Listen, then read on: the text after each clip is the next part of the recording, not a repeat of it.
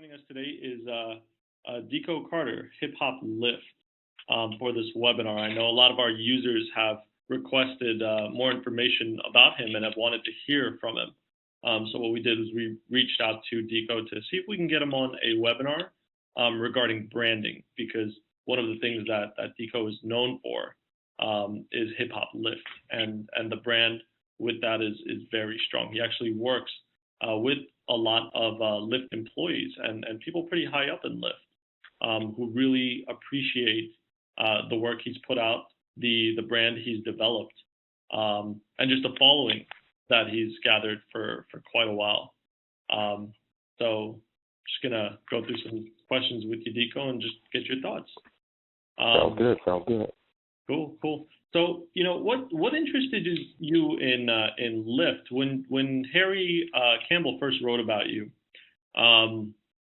It was the first time that I had heard about you, and I've been kind of paying attention from that point on. And it seems like ever since that point, you've kind of just been growing steadily, getting more attention, getting a lot of coverage on blogs like and sites like Business Insider, CNN, Hypebot, Pando, Fusion.net. You're all over the place, man. What took you into Lyft, and how did you get started? Well, how I actually got started with Lyft was basically before Lyft, I was basically just a stay-at-home dad taking care of my kids. And a close friend of my family's actually heard about Lyft, and she signed up for Lyft. And she figured that it would be a good way for me to make money. And because the schedule's so flexible, I'd still be able to do my duties as a stay-at-home dad. So I thought it was a good idea just to make some extra money. So cool. It definitely sparked my interest from there. Yeah. What made you want to develop Hip-Hop Lyft? Where did that idea come from? Well, it kind of sprung organically. When I first started driving for Lyft, I basically created a classic playlist of hip-hop for my own enjoyment. I figured if I'm going to be driving people around all night or all day, at least I can have some good tunes for myself. So I basically created put together a playlist of a bunch of classic hip-hop songs that I love, basically sprung from Tupac to Biggie to Tribe Called Quest, Wu-Tang Clan, all the greats that if you're a fan of hip-hop, you've definitely heard these songs, and you're probably a lover of these songs too.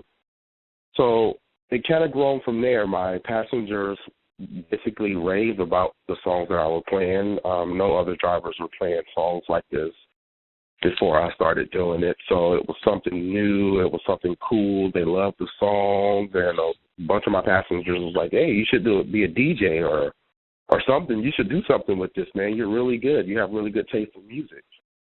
So I ran that I would get stories like that night after night, and I ran it by my girlfriend. And basically me and her decided, hey, let's create something around this. So we bounced some ideas off each other, and Hip-Hop Lyft is the one that stuck. So we decided to introduce the world to Hip-Hop Lyft. Gotcha. Yeah, it's very cool. We, personally, I'm a big Biggie fan, but everyone else in the office is big on Nas, so we kind of clashed there. I don't know how you feel about the two.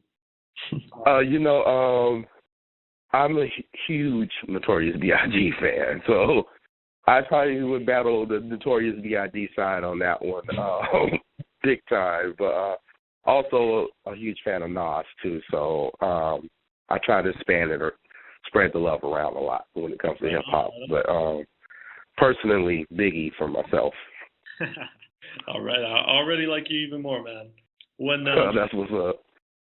When you guys started to move forward with Hip-Hop Lyft, what was the overall strategy? What was the mindset behind it was, I want to introduce people to the music that I play and to really good old school hip hop, and I also want to build a brand for myself. What were some of the tactics that you took, and what was the overall thought around that to keep it growing? Well, to keep it growing, what I actually did was I basically put my side from a put myself in a passenger's shoes and tried to come from a passenger standpoint from what I was doing. And I figured what would blow my mind as a passenger if I'm a big, huge fan of hip-hop. What would blow my mind as a passenger if I got some guy calling himself Hip-Hop Lyft? And basically, I went on what I would like if someone picked me up, and that's when I came up with the hip-hop trivia game that's based on the classic hip-hop artists and even new artists. I span it around. So I was like, that would be really cool if that guy had cool hip-hop trivia. We could play a cool hip-hop trivia game. What would be even cooler, I was like, what if this guy had cool prizes, too, that I could actually win for getting his trivia game right? So it kind of grew from there. What I did was basically, to keep it short and sweet, was put myself in the passenger shoes and took it from there. Cool. Has for your brand, have you just been focusing on, as far as a public persona, has it just been through your Twitter account, or are there other social media tools that you've used and experimented with along the way? I try to spread the love around when it comes to social media. I definitely get a lot of good feedback from Twitter, but I expanded it to, I created my own Facebook page, and I also have my own Instagram account. And, I've definitely experimented with other social media platforms, but those are the ones that basically stuck with me and that I have the most success on. So those are the ones that I gear more towards. Cool. You know, one of the questions that a lot of Lyft drivers have been approaching us about, and one of the things that they want to know is, how can they increase their bottom line? How can they make more money? By developing your own brand and really getting out there and providing this amazing experience for drivers, have you seen an increase in dollars or tips, things like that? Oh, yeah. There's even an article that Business Insider did about me, basically, and I actually told the reporter a story about some passengers that I had, and I was playing my old school hip-hop for, and they loved my music so much that they basically were giving me money just to stay in the car and listen to music with me, like throwing cash at me. Was like, here, man, $20, man, just let us stay in the car and ride around with you and listen to the song. So I'm going to say doing your own thing, adding a little fun to it, definitely will not hurt when it comes to tips. And basically, the number one question asked in hip-hop to this day is, how can I request you personally? How can you be my driver all the time? Yeah. So it definitely helps having a brand and that people recognize and that they actually like. Mm-hmm. For your own personal financial situation too. So definitely a good thing financially. Yep. What's interesting about that Business Insider article you mentioned is that even to this day, it's still trending. You've already had about 18,690 views on it, and quite a bit of comments, which has been pretty awesome. If you had any bit of advice for Lyft and other rideshare drivers out there, what are some things that you would recommend as far as strategies or tips that they should use to kind of help themselves along further, to make more money, to enjoy their job a little bit, and to also build that brand? Okay. Basically, I'll always tell people, if you want to start this thing, you want to brand yourself, do something different with what you do, first thing to do is basically go with something that you love and that you pretty much are knowledgeable about. I'm pretty sure if you love something that you know a lot about it. So, and I would say incorporate that into what you do, even if it's, for example, like you're a cook, you're an artist, a music lover like me, just make it fun for yourself and your passengers too. And yeah, it's going to be wonderful. You're going to have a lot of feedback from it. And take pictures with your passengers having fun with you and post them on your social media pages. Helps a lot. People like to have fun. They see you having fun, they're going to have fun with you. So definitely make it fun. Yep. When was when was the first time that Lyft actually reached out to you? Was it after you started becoming well known and there was some press that covered you, or was it before then and then the press came later? It was before then, actually, when Lyft contacted me. The co-founder of the company, John Zimmer, actually called me and said that he actually heard about me. Like I said, passengers were raving about me and he was basically heard about what I was actually doing, and he said it was awesome. and he even predicted that, hey, you're gonna be big you're gonna be known from this. This is gonna be big. You're gonna make something out of this. And he's just like, keep up the good work, man. We appreciate what you're doing and what's gonna come out of this. And it was a couple of days after he contacted me. He actually called me. Pandu Daily called me for my first article. So, yeah, it was really cool. Nice. So, well, your basic strategy is figure out what you love first, and then focus on how you can kind of integrate that with your job, whatever your part-time job or full-time job or whatever your side gig is. Figure out how you can incorporate what you love into that, and then things will kind of grow. But have a way to present it, whether it's a Twitter account or or a Instagram account or a Facebook, some way to tell the world that, this is what I do, this is my brand, and this is what I love, and I'm going to share it with you guys. And then everything kind of just works out from there. When it came to building up your Twitter account, did all those users just kind of come in organically and start following you, or was there some strategy involved in growing that? There's definitely a strategy involved in growing my followers. Basically, what I did was I created, when I first started doing what I did, I used to give out my I made my personal business cards with my Twitter handle, Facebook handle, and my Instagram handle on the card, and I would give that to each of my passengers before they got out of my car. They liked their ride, follow me on Twitter, Instagram, Twitter, and they played my hip-hop trivia game and won. Of course, follow me on Twitter, see your picture on Twitter, Instagram, or Facebook. So I advertised myself inside my own car, and it worked like a charm to the point where after doing it for about a year and a half, I didn't even have to pass out cards anymore. That people were already knowing once they got in the car, oh man, this is the guy we heard about on Twitter, Hip-Hop Lyft. So it worked like a charm. Advertise yourself so other people will advertise yourself to your audience, basically your passengers. And it works like this. If they follow you on Facebook, they see a picture, their friends are going to like the picture or follow you. So you gain a follower on Facebook or Twitter, it can just grow from there. So definitely advertise yourself in your vehicle. Definitely put the word out there for yourself to your passengers. Cool.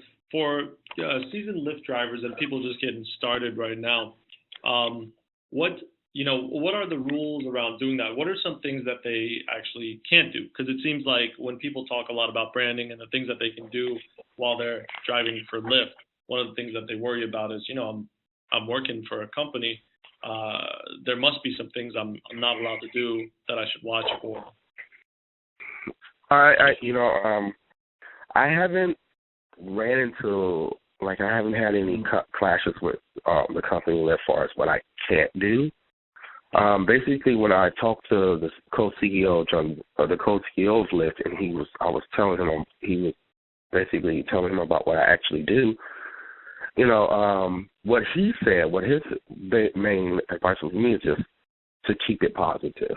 As long as it's positive, it's going to work out for you, and it's going to work out for us. And I pretty much just rolled with that. I would say if it's something, you don't want it to be offensive. If you do something like a theme or you want to brand yourself, make sure it's nothing offensive. You want to make it family friendly. You want to, try to broaden it a little bit, not only so it's classified to just one genre. You want to make it fun for everybody. So I would try to say incorporate it into something that you would, not even your kids, if they rode in the car with you, could still appreciate what you do. So definitely keep it positive, nothing graphic, nothing offensive, and, it'll come back to you. And it worked like a charm for me so far. Yep. Just make sure you love what you do and make sure you're presenting it properly, I guess. Yes. Cool. Now, as far as currently, like what you're doing, have you seen a lot of people trying to imitate your strategy? Or are there any other Hip-Hop Lyft imitators out there that are kind of trying to grab onto their own little niche that may be potentially working?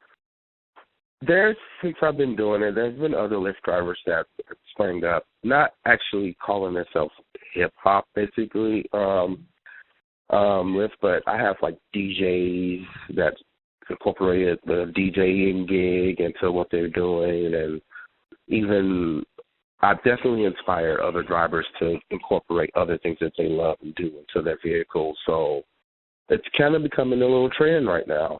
So, yeah, and I'm looking forward to the next Hip-Hop Lyft or Hip-Hop Uber, whoever wants to do it, man. It's all good.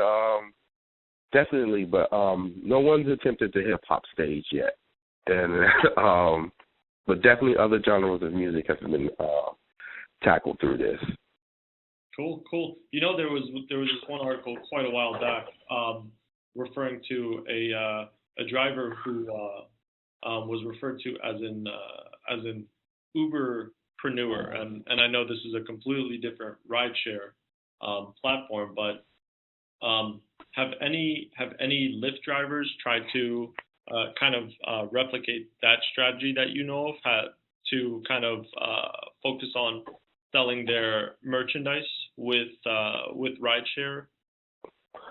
Yeah, I do know some couple of drivers that's like one driver I know that it's an actual like a chef or something, like a chef, like a pastry chef. Mm-hmm. And I think she has a little package of little goodies that she sells to her passengers if they want to and stuff like that. So definitely other drivers have attempted to actually make money outside of the way that they make money through the app. So it's definitely a good way to get it out there. Like I said, people love sweets. So like if you got something people love and go with, you can definitely make some extra money off of what you're doing, getting your product out there. Gotcha. And it seems like in the beginning when you're trying to build your brand, it's all about just getting out there and grinding and being very professional about it. Has it gotten to a point where you no longer need to do some of the things that you had to do in the past? For example, you mentioned that you used to pass out business cards to people so they can associate you with Hip-Hop Lyft, and you no longer have to do that. Has there been more beyond that you've just had to do less and less as you become more popular? Oh, most definitely. I've grown to the point where, like you just pointed out, I don't have to pass out business cards anymore. That, I've had so many people that do rideshare and actually use the apps actually read about me. I think, like, if you have a Twitter account, like, if you say that you're a driver or you download the Lyft app, I think one of the first people that they request you follow is me now.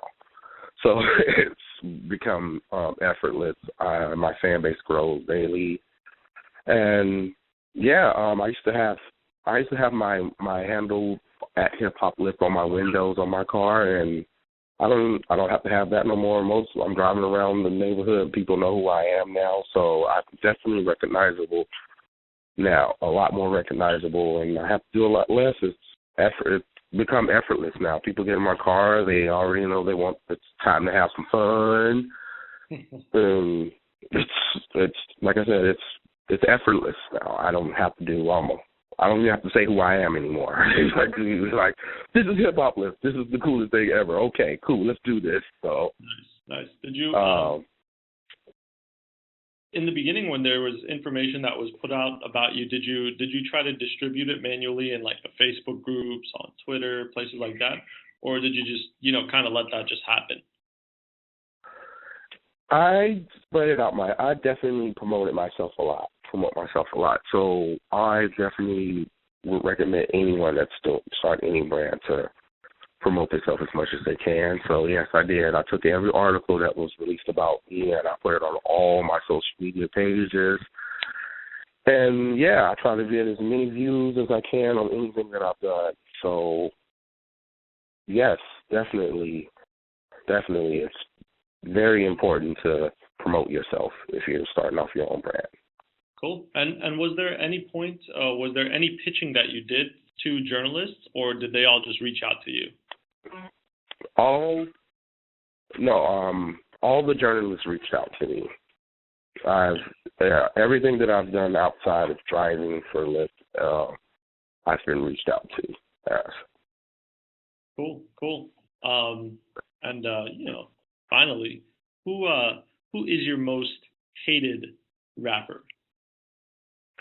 You said most hated rapper? Yes. Ooh, that's a really easy one. I'm going to go with a current rapper that's out right now, that goes by Young Thug. And right now, the music state right now in hip-hop is real shaky, if you ask me. So, and Young Thug is definitely not helping the situation when it comes to that. Definitely not. So, Young Thug right now is definitely not a big fan of Young Thug's work right now. All right. Very cool. Well, it looks like that's all the time we have for today. Deco, thanks for joining us. And guys, if you have not heard about Hip-Hop Lyft, you should definitely check. Definitely. Hip-Hop Lyft, Twitter, Facebook, Instagram, all over the place. Check me out. Cool. And we will we'll go ahead and provide those links to all of our viewers as well. So when you look at the webinar on YouTube or on any websites, you'll have access to all of Hip-Hop Lyft's contact information in case you wanted to check it out or try to become as famous as Hip-Hop Lyft. Thank you, Deco. Appreciate it, guys. You're welcome so much. All right.